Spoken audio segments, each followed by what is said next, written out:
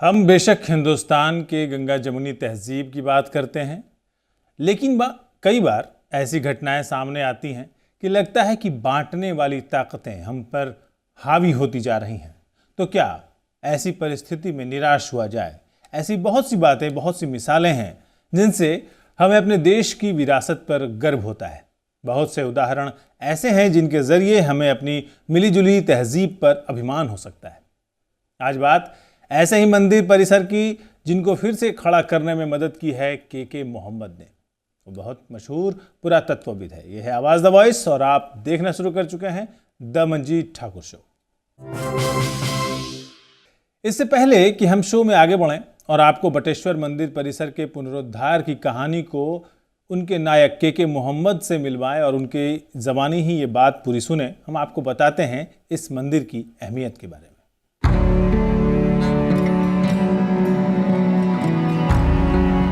मध्य प्रदेश के मुरैना से तकरीबन 40 किलोमीटर दूर चंबल के जंगलों में स्थित बटेश्वर मंदिर अपनी ऐतिहासिकता के लिए प्रसिद्ध है। यह मंदिर भगवान शिव, भगवान विष्णु और देवी सती को समर्पित है। चंबल के इन जंगलों में एक साथ 200 विशालकाय मंदिर स्थापित हैं। हालांकि इनमें अधिकतर मंदिर खंडहरों में बदल गए थे। इतिहासकारों के मुताबिक इन मंदिरों का निर्माण 4वीं सदी में किया गया था,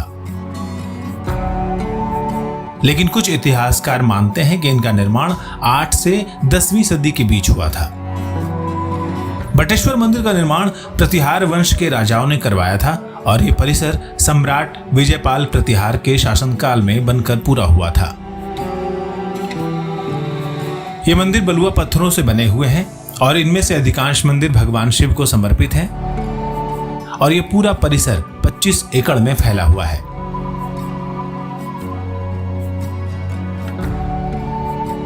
लेकिन पर्यटकों के लिए यह स्थान काफी जिज्ञासा से भरा होता है और यह स्थान कई रहस्यों से भरा हुआ है, ऐसा लोग मानते हैं।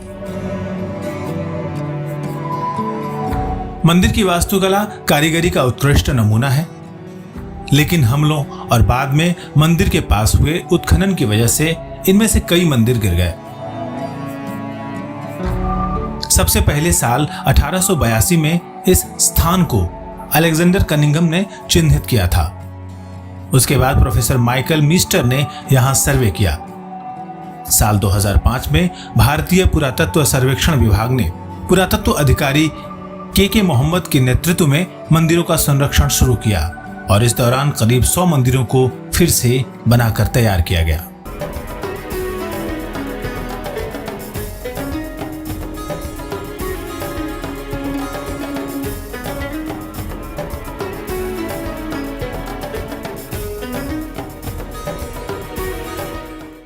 बिल्कुल खंडहर हो चुका था ये जो मंदिर, और जो डाकुओं के आतंक से ग्रस्त था और देखरेख की वजह से गिर गया था। हर एक मंदिर, करीब 200 के आसपास मंदिर हैं, उसको कैसे उन खंडहरों को जोड़ करके और एक पूरे मंदिर श्रृंखला को तैयार किया गया और डाकुओं के आतंक से निपटा गया। उसमें एक पुलिस वाले की भी, एसपी साहब की भी जान गई थी।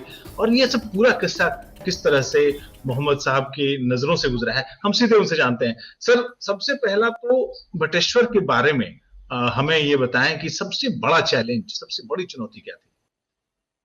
बटेश्वर जो ना, जैसे आप जानते हैं, it is in Madhya Pradesh. Madhya Pradesh में भी वो है चंबल घाटी में। तो चंबल घाटी जो है ना, it is almost 5000 square kilometres area on both sides of the Chambal river. एक one side you have got Madhya Pradesh, on the other side you have UP, वो मुरैना है, Etah, Etawah area, and then you have got Rajasthan area. तो इन सारी जगह के बीच में है, and it was infested with very dreaded dacoits। एक जमाने का जो खूंखार डाकू जो हम लोग, उन्हीं लोगों की आवाज घर थे और उसमें काम टेकअप करना, because unless and until you have their express permission, जब तक उनकी परमिशन ठीक से नहीं मिलेंगे आप वहां कुछ भी नहीं कर सकते, आप जीरो है वहां, क्योंकि हुकूमत उनके ही हाथ में। तो हमें सबसे बड़ा चैलेंज ये था कि इनसे कैसे परमिशन लिया जाएगा। That was the biggest permission. तो you just can not approach them directly, वो तो कोई सवाल ही नहीं, आप अप्रोच नहीं कर सकते। Then there were certain police officers, उसमें एक थे हमारा विजय रामन जी। विजय रामन जी वो मशहूर शख्स थे जिन्होंने पान सिंह तोमर को, I mean, it was he who had shot dead, and that too in 1982. He was only 32 years of age at that time. तो उसमें I mean, it was he. तो उनसे मैंने एक बार जाके जो है ना कुछ और बात करने के लिए गया था, लेकिन फिर बातों बातों में मैंने ये भी मालूम किया because we have got this problem, और उसको कैसे निपटा जा सकता है करके। So he gave me certain tips and very valuable tips, तो इसके बगैर आप उस एरिया में काम ही नहीं कर सकते। Then we had some of the surrender dacoits उस एरिया में भी थे। एक तो जसवंत सिंह गुज्जर था, मंगू गुज्जर था, ये सब जो ना वहीं के उस ये एरिया के जो ना सरेंडर डेकॉइट्स थे। अब तो वो रिफॉर्म्ड, फिर जो ना उनसे भी बात करवाया। And then there was another dacoit, इसके बारे में मैंने एक किताब में पढ़ा था, अंग्रेजी किताब था, उसमें पढ़ा था, तो उनसे बात किया। And one day I invited him, he was rehabilitated Bhopal में, तो मैंने उनको जो ना मेरे ऑफिस में बुलाया, उस बातचीत किया, तो उन्होंने कुछ बहुत अच्छे अहम टिप्स दिया। And then we had a discussion.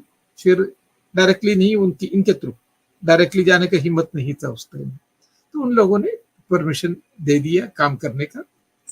And then we went to the sites.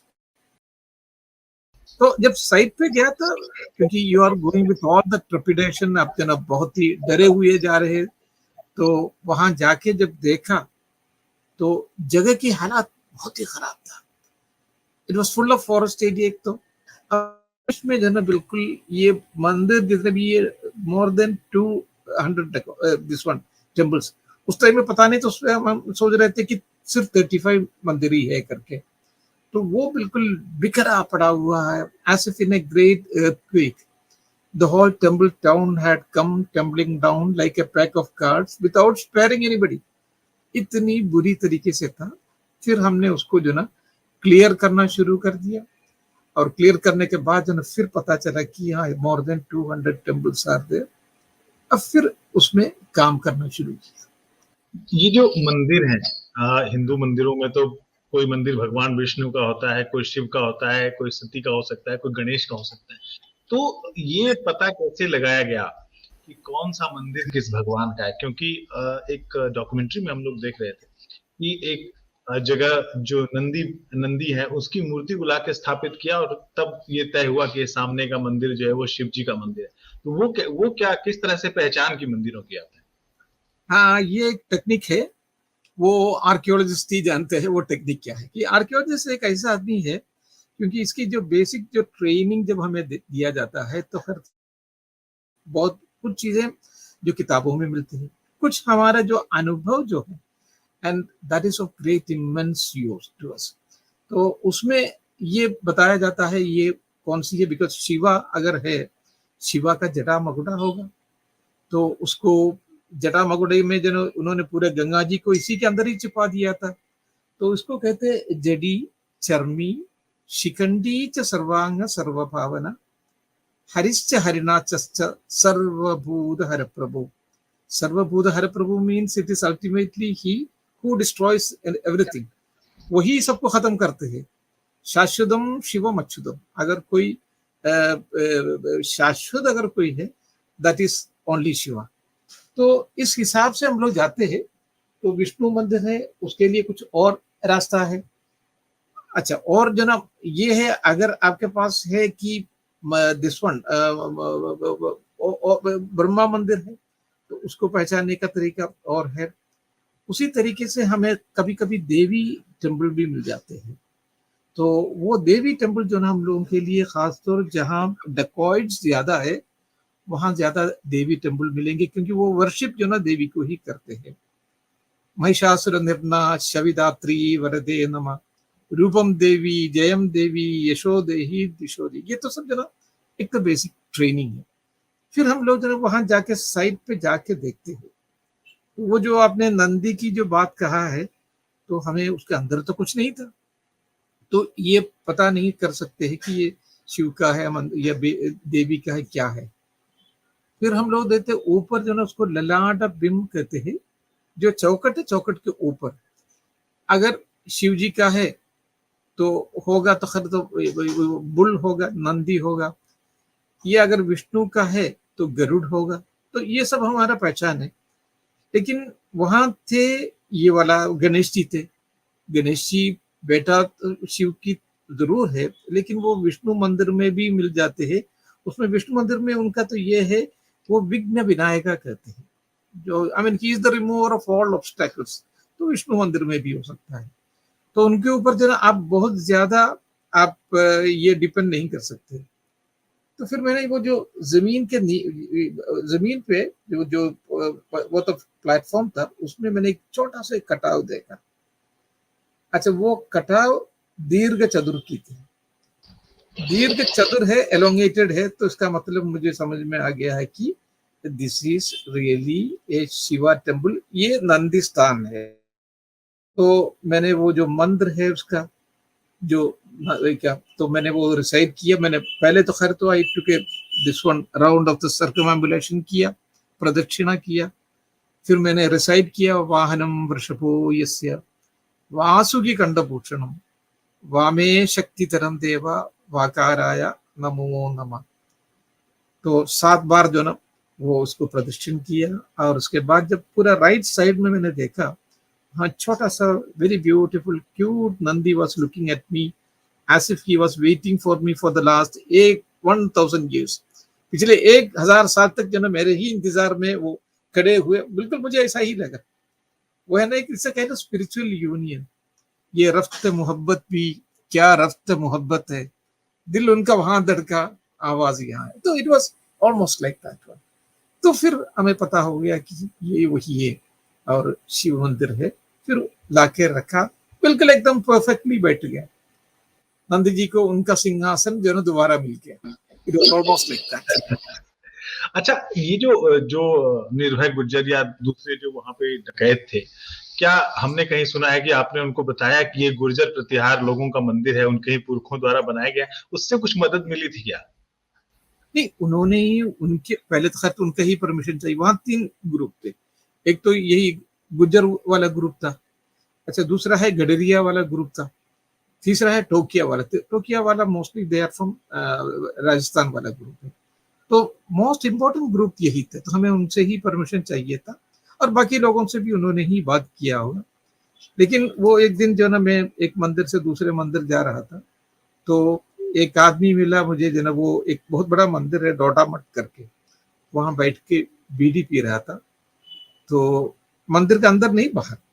लेकिन फिर भी जो मंदिर का परिसर में है, तो इसलिए मुझे थोड़ा सा गुस्सा आ गया।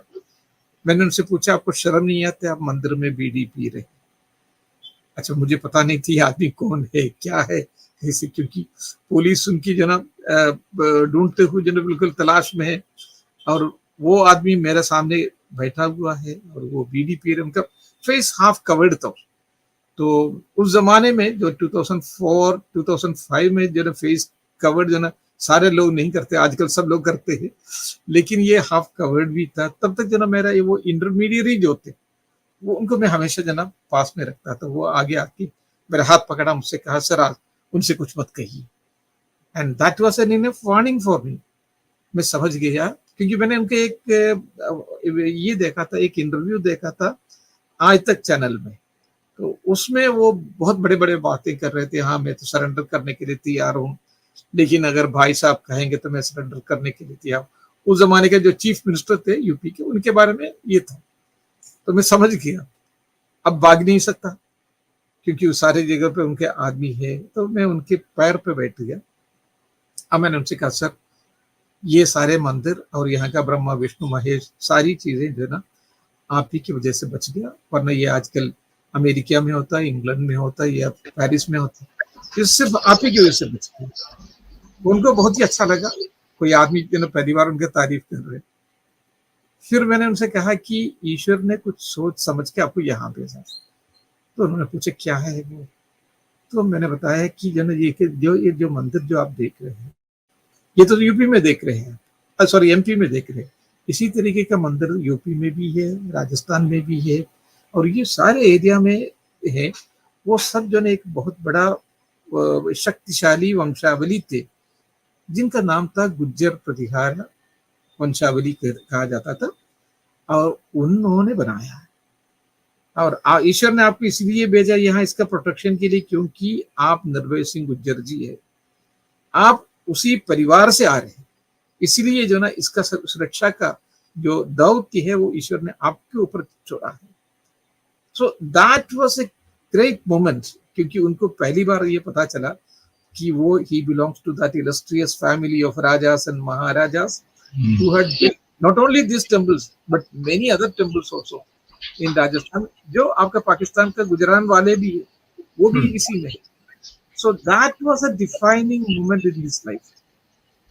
तो तब से जो ना फिर वो जो बिल्कुल एकदम बदलने लगे, पहले भी बदल चुके थे, लेकिन that was a very turning point in his life. एक पुराने फोटो में हमने देखा है कि जो मंदिर को रेनोवेट करने से पहले एक मंदिर पे बहुत बड़ा बरगद का पेड़ उग गया था, और हमने कहीं पढ़ा कि उसको जब आपने जैसे ही पेड़ को हटाने के लिए बहुत सारे जो मान्यताएं हैं, परंपराएं हैं कि उस पेड़ पे रहने वाले तमाम जीवों से माफी मांगते हैं, और फिर लेकिन पेड़ हटाने वाले क्या घटना थी कि मंदिर पूरा बिखर गया था नीचे। वो एक ऐसा था कि ये मंदिर जो ना बिल्कुल एक पेड़ उसके ऊपर उग गए थे, और वो पेड़ के जो roots had gone through the ribs of the temple, पूरा मंदिर को बिल्कुल जगड़ लिया था, और फिर जो इसको बिकार भी दिया था। तो एज पर आगमास आप पेड़ ऐसे काट नहीं सकते हैं, आपको मंदिर बचाने I mean you can cut down, लेकिन उसके लिए भी कुछ मान्यताएं हैं। You have to do certain observe certain formalities. तो उसमें आपको जो ना पहले जो ना पेड़ को जो ना नमस्ते करना पड़ेगा, फिर आपको क्षमा मांगना पड़ेगा, नमस्ते वृक्षो क्षमंदु, आपको क्षमा मांगना पड़ेगा। फिर आपको कहना पड़ेगा जो ना इसको, ये मंदिर को बचाने के लिए विधिवत मुझे ये काम करना पड़ रहा है, वो मैं कर रहा हूँ, एक तो वो कहना पड़ेगा। फिर वहां का पेड़ में जो पंछियां जो बैठते हैं उसको आपको कहना पड़ेगा, आप जो ना अन्यार्था वासम परिकल्पयन्तु, kindly migrate from this tree to some other habitable tree. ये भी है, ये भी किसी और पेड़ में नहीं, लेकिन जिसमें आप बस सकते हैं उसमें आप चले जाएंगे। आपको उस कीड़े मकोड़े से भी आपको क्षमा मांगना पड़ेगा, उनसे भी इजाजत लेना पड़ेगा। तो उसके बाद ही आप जो है ये सारी चीजें कर सकते हैं, कट कर सकते हैं। जब तक हमने कट किया तो पूरे की पूरा मंदिर गिर गया। फिर उसी तरीके से हमने उसको पूरी की मंदिर जो है रीबिल्ड किया। Now there are more than 80 temples are now standing there. ये I mean it took almost 6-8 years के अंदर जो हम लोगों ने 80 मंदिर उसी तरीके से खड़ा कर दिया दोबारा, and it has been given a new lease of life.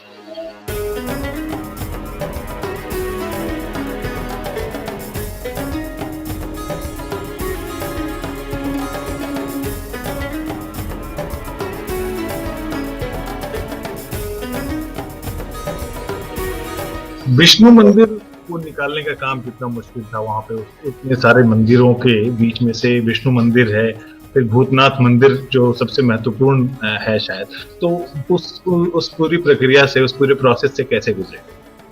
असल में ये जो विष्णु मंदिर है, this is a very big मंदिर, तो उसको अभी हम लोगों ने काम पूरा शुरू नहीं किया है।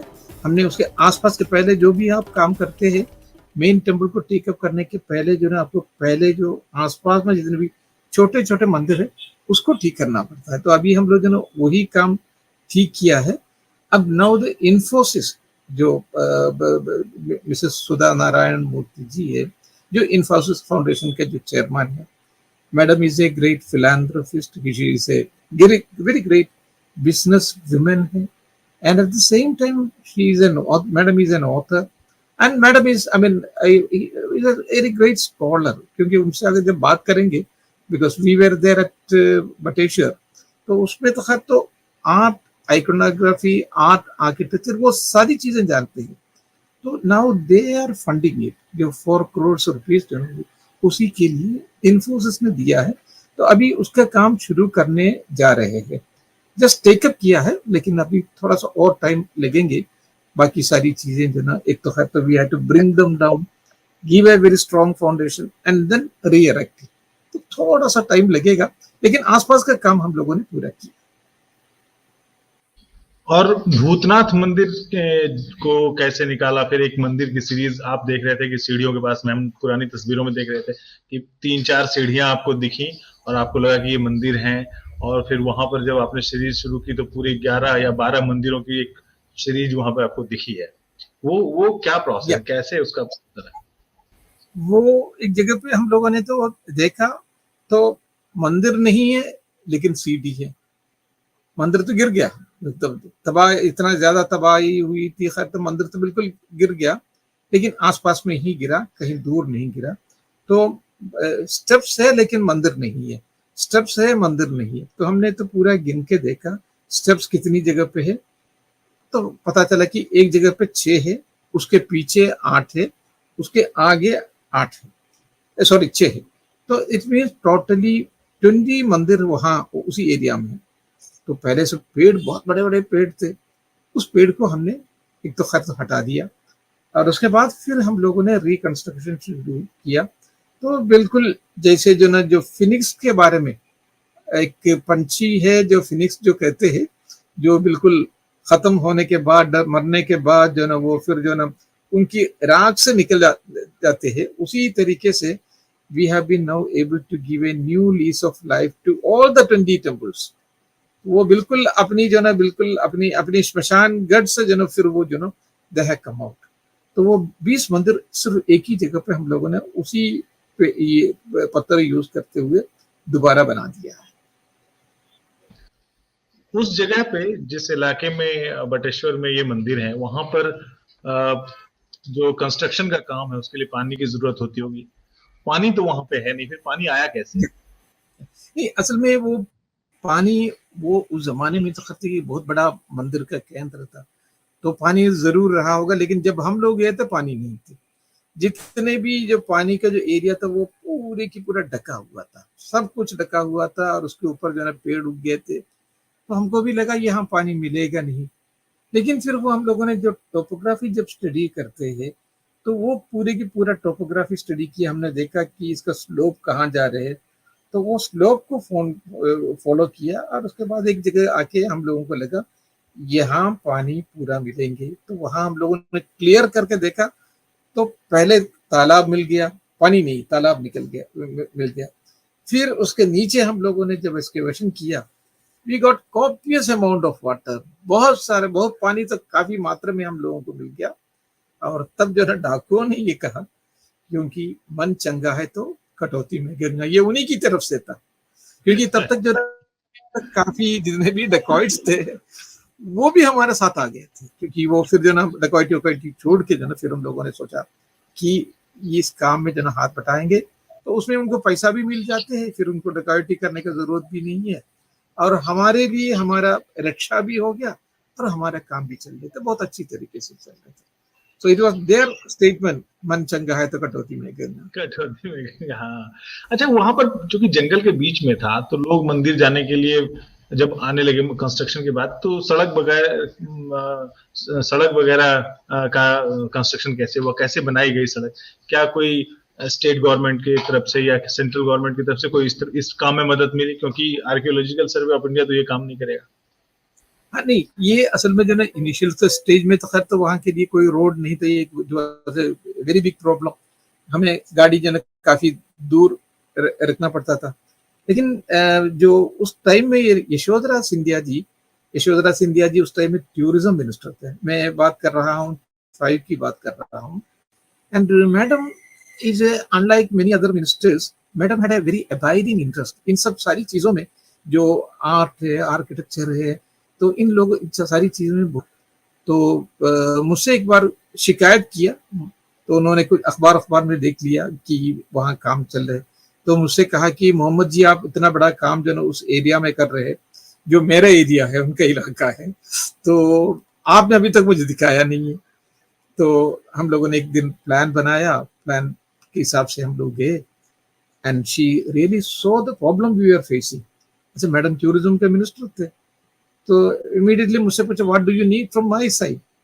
तो मैंने कहा मैडम जी यहाँ आने का रोड नहीं है, तो ये अगर आपकी तरफ से हो जाते तो खैर तो बहुत ही बड़ी इनायत होगी। And immediately madam was a very very active minister. तो मुझसे कहता था लेकिन इसको जो ना the quality of the road that you should ascertain, आपको बताना पड़ेगा ये सही है या कोई गोलमाल चल रहे है या नहीं। तो हमने सोचा कि इसकी हम लोग बिल्कुल जिम्मेदारी ले रहे। उसके बाद जो ना immediately madam gave the orders also, फिर बाकी जो प्रोसेस है वो सब चला। Now you can very easily you can reach there. अगर आप आगरा से भी अगर निकलना चाहे, मेरे ख्याल में शायद 1-1.5 घंटे के अंदर जो है बहुत ही बढ़िया रोड हो गया, और वहां से भी है, ग्वालियर से भी है। Now it is very well connected also. Vijay Scindia ji भी आए, एंड उनका भी वही है कि I mean their understanding is very good about heritage. और उसके बाद जो है फिर आपको जो भी चाहे, जो भी प्रॉब्लम है, you can directly talk to him. लेकिन आपको क्या वहां पे जो माइनिंग माफिया है उसने परेशान नहीं किया? क्योंकि वो जो बुंदेलखंड और ग्वालियर और चंबल का इलाका है, तो माइनिंग माफिया बहुत जबरदस्त है, बहुत ही मजबूत रहा है, उससे कैसे निपटे आप? नहीं, that is a very powerful group. वो तो सिर्फ हमारा उस एरिया में नहीं, उस एरिया में पहले इनिशियल स्टेज में थे नहीं, डकॉइट्स थे। तो डकॉइट्स होने की वजह से जो ना ये सारी जगह जो ना महफूज रहा इन लोगों से, क्योंकि डकॉइट्स के हत्थे पड़ जाते तो फिर तो दे विल, वो जो ना उनको वो अगर मिल जाते तो फिर उनको ये फिरौती करेंगे वो लोग। तो इसलिए किसी को हिम्मत नहीं था जब तक वो लोग जिंदा थे। निर्भय सिंह गुज्जर जो ना, I think it was in the month of November 2005 में उनको शूट आउट हुआ, तब तक किसी को आने का हिम्मत नहीं था। लेकिन जब once they were shot that one by one जो ना, then it became a very big problem.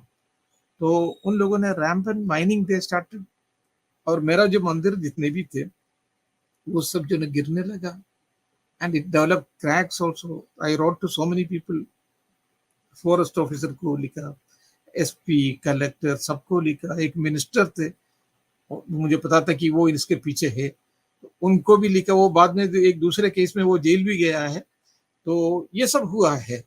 तो it was with a great powerful mafia group से आपको मुझे फाइट करना पड़ा।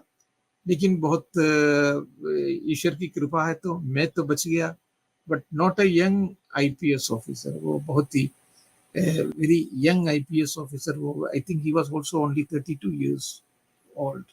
उनको बहुत बुरी के तरीके से इन लोगों ने वो इलीगली माइन ट्रैक्टर के नीचे, पहिए के नीचे गिरा के बहुत बुरी तरीके से उनको जो ना बिल्कुल कुचल दिया। His wife was an IAS officer, इसलिए थोड़ा सा सुनाई हुई, बाकी वरना जो it was a very very bad incident. मैं उनसे कभी मुलाकात नहीं हुआ मेरा, क्योंकि तब तक मेरा ट्रांसफर हो गया था दिल्ली में बिकॉज ऑफ द कॉमनवेल्थ। फिर मुझे वहां ले गया, तो इसलिए जो मेरा उनसे मुलाकात नहीं हुआ। लेकिन that was a very unfortunate incident.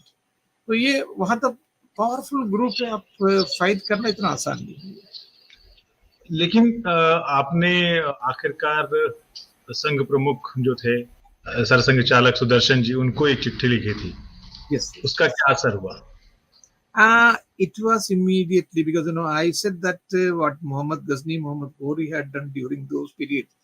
और उसी तरीके का जो ये बीजेपी गवर्नमेंट उस टाइम तो शिवराज सिंह चौहान जी का गवर्नमेंट तब भी था।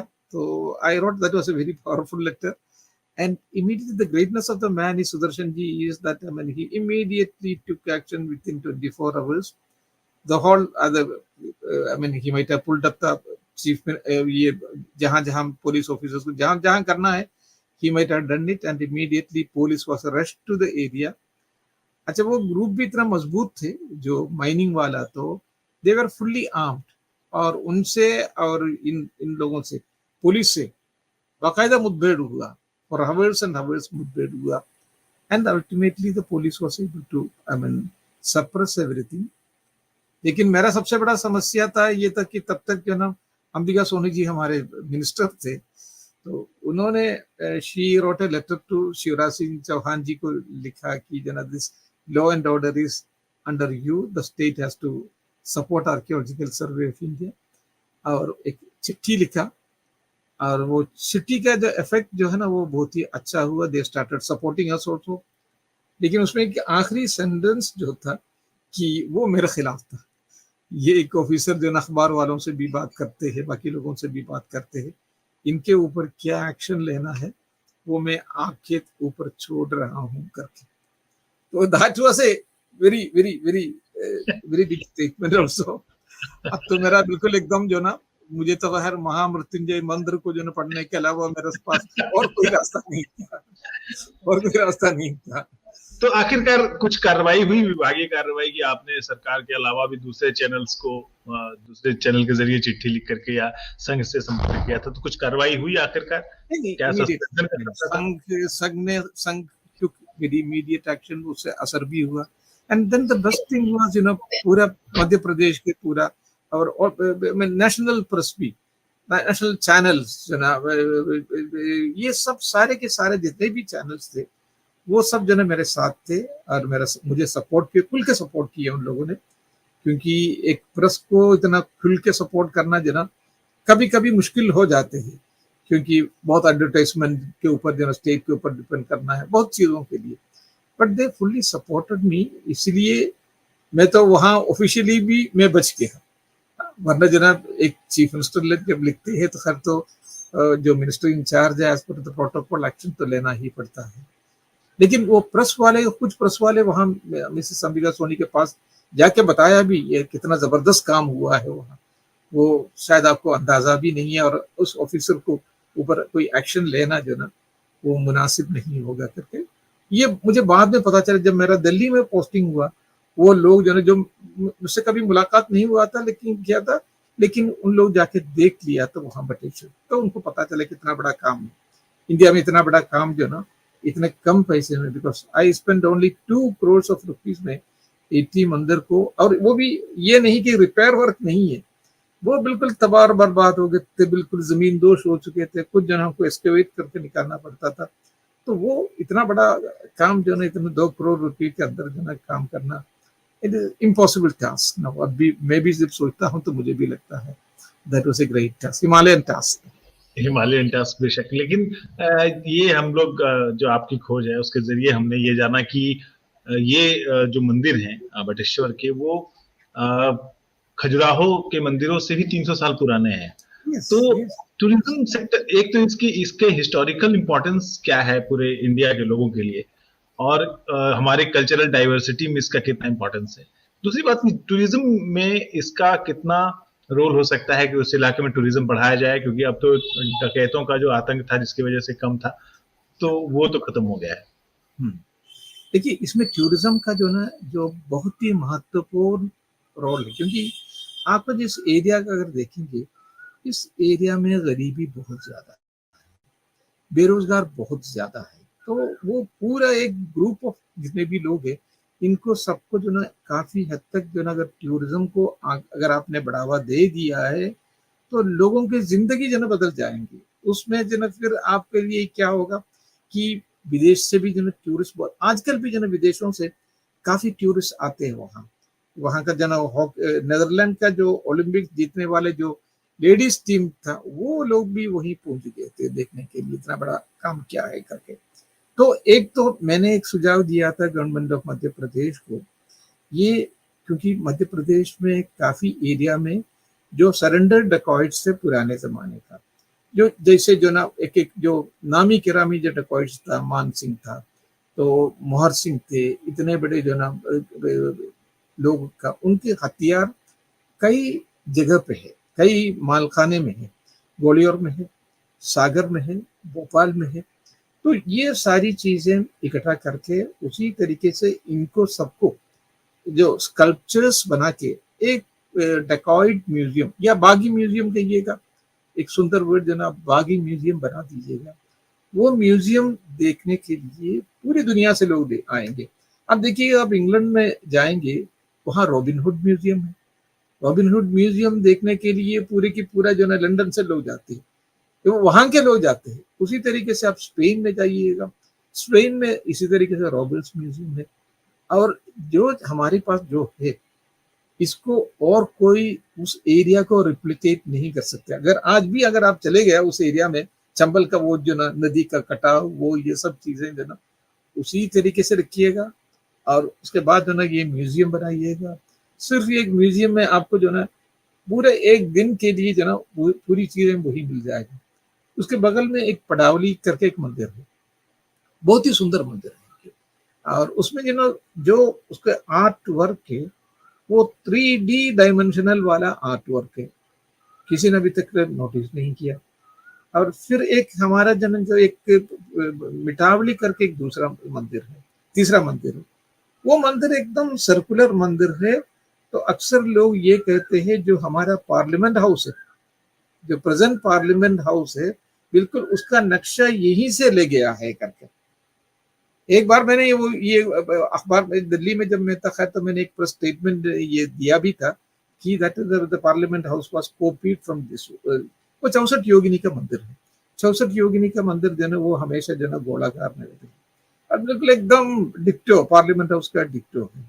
और वहां अब भी लोग कहते हैं कि वो बड़ा शक्ति स्थान है करके। तो ये सब सारी जगह को आप डेवलप कीजिए। तो के मोहम्मद जो कि देश के जाने माने पुरातत्वविद हैं, आर्कियोलॉजिस्ट हैं, जिन्होंने देश में बहुत सारे साइट्स पे बहुत सारी खुदाइयां की। हम अलग अलग एपिसोड्स में उनके बारे में बात करेंगे, लेकिन बटेश्वर टेम्पल के बारे में उनकी एक राय है। एक उन्होंने इतिहास की धूल की परतों में छिपे मंदिर को निकाला और अब उसके जरिए वहां पर एक भविष्य की इबारत लिखने की सलाह दे रहे हैं, जिसके लिए उन्हें ईमानदार और विजनरी ऑफिसर्स और नेताओं की जरूरत है, वो बता रहे हैं। बहुत बहुत के मोहम्मद सर आपका हमारा आवाज विद द वॉइस के साथ बातचीत करने के लिए और एक बहुत एक टॉकिंग पॉइंट देने के लिए, हमें डेवलपमेंट का, समावेशी हिंदुस्तान का और हमारी गंगा जमुनी तहजीब की एक झलक दिखाने के लिए बहुत बहुत शुक्रिया। Thank you. हिंदुस्तान की रवायत ही है मिलजुल कर रहना, और देश में हम इसको गंगा जमुनी तहजीब कहें या मिलीजुली विरासत कहें। यहाँ रसखान श्री कृष्ण की लीलाओं का वर्णन करते हैं और शंकर शंभू की जोड़ी कव्वाली गाती है। इसलिए देश में अब ऐसा वक्त आ गया है कि हम अपने अगले 25 साल के बारे में सोचें। आज़ादी के 75 साल हमने पूरे कर लिए हैं, लेकिन अगले 25 साल कैसे होंगे वो हमें तय करना है कि कैसे ये देश एक होकर तरक्की की सीढ़ियों पर चढ़ेगा, और इसके लिए हमें मजहब की दीवारों को तोड़ना होगा। बेशक हिंदू, मुस्लिम, सिख, ईसाई, बौद्ध, पारसी और जैन के रूप में हमारी अपनी धार्मिक पहचानों की अहमियत है, लेकिन उससे पहले हमें खुद को बोल्ड और कैपिटल में इंडियन लिखने की आदत डालनी होगी। इसलिए हमें मंदिरों, मस्जिदों और बाकी सारे धार्मिक प्रतीक चिन्हों का सम्मान करना सीखना होगा। आज के कार्यक्रम में इतना ही। दीजिए विदा मुझे यानी मंजीत ठाकुर को और हमारी पूरी टीम को। नमस्कार।